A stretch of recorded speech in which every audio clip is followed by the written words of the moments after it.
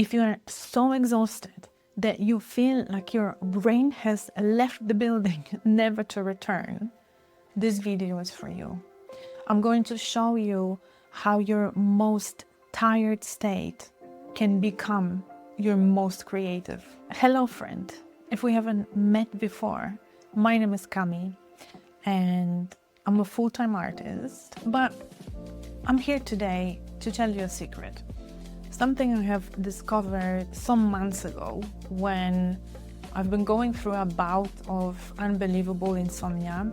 It lasted about 3 weeks, and by the week 2, I was so tired of counting sheep, of doing breath work, of trying to find a solution, feeling depressed, feeling like I just don't know how I'm gonna make it through another day.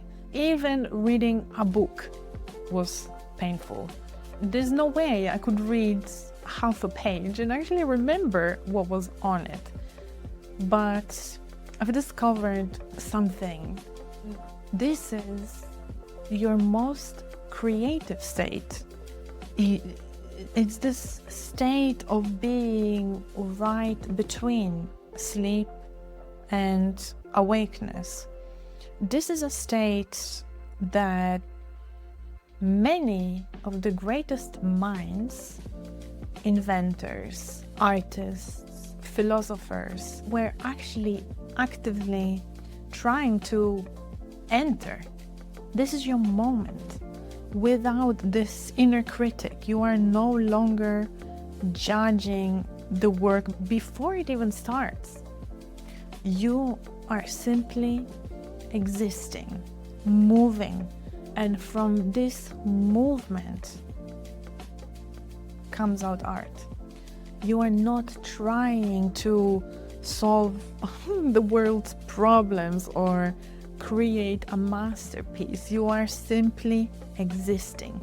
You are simply moving.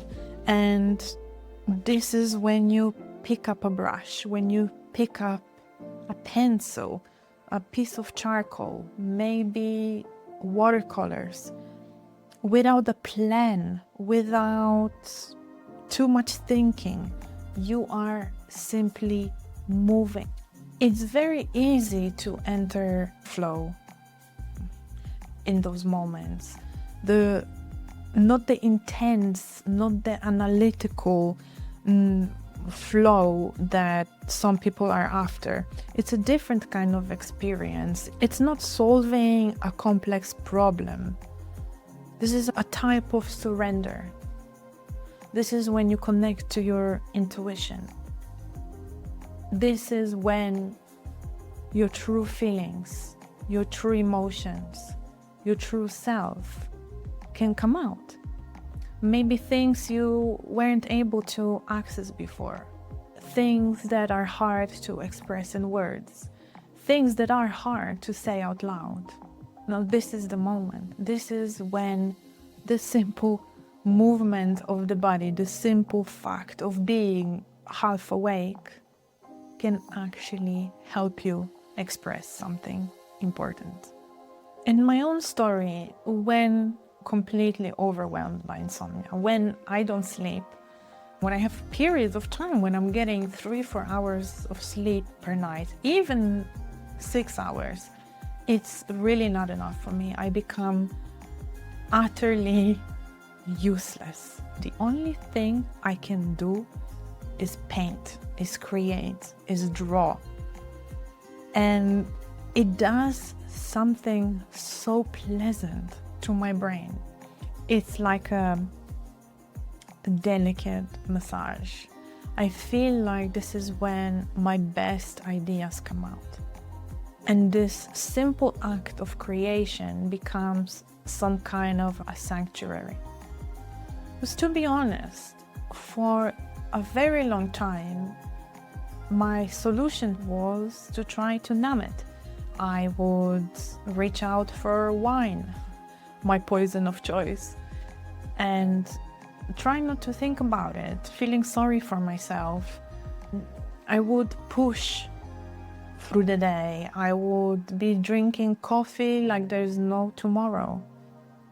But with help of some hypnotherapy, with a lot of self-compassion, I found my way back to art. In those hardest moments of my life, when I really felt like giving up, I started using art as salvation. I started using painting and drawing as a form of therapy. That's how I discovered art therapy. That's how I got into it, by seeing the unbelievable changes that were happening to me. In moments of exhausted creation, I don't commit to a huge canvas. I don't commit to creating something for my clients. I don't work on commission pieces. I simply create to let go. I create to access my subconscious mind, and healing pieces that make no sense to anybody else. A lot of my art doesn't make sense to people, but when I interact with it, when I look at it, I know what happened.